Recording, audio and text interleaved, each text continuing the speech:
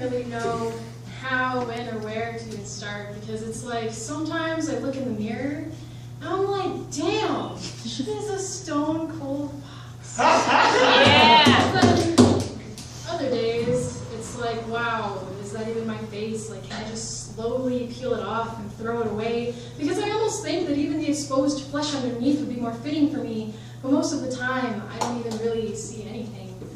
Like when you're brushing your teeth and you can't see the insides of your cheeks, but you can still feel them getting clean. It's like I'm invisible in the mirror because I can't see anything, but I still feel her gaze staring right back at me.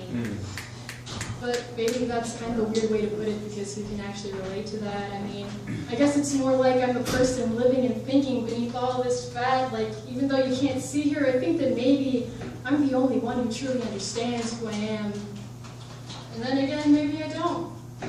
Because in high school, I used to read my teacher's notes, and they all said something along the lines of pleasantly intelligent, but a little bit too quiet.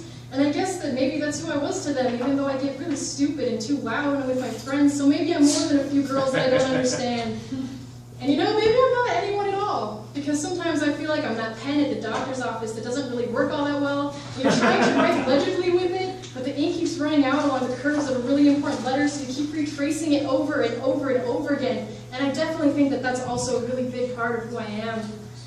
Like, right now, in the way this poem sounds. It's a facet of my personality, yes, but is it truly me? Because you see, I don't want to be words scribbled poorly in handwriting I don't even like, read in a voice that I don't quite recognize.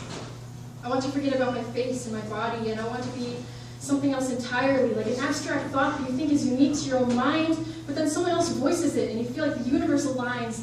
Like you're not the only person in this world who thinks the way you do. I want to fucking unify. But not in the way that we're all brothers and sisters, because I think that's more than a little bit creepy. I think I want to be something bigger than that. Like an us with a capital U, like looking into someone else's eyes and intuitively understanding their point of view. I want to be someone who knows everyone, but not in the sense of being popular.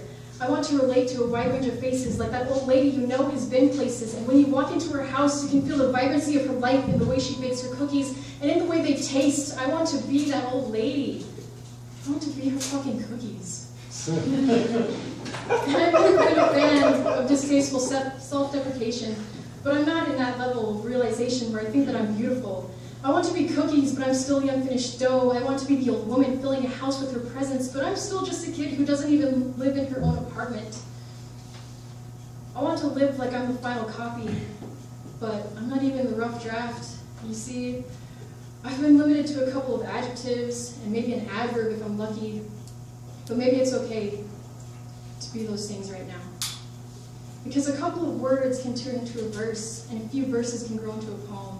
A poem can inspire a story, and a developed story transforms into a novel, which if it becomes a movie is hopefully decently produced, and in my case, probably an indie.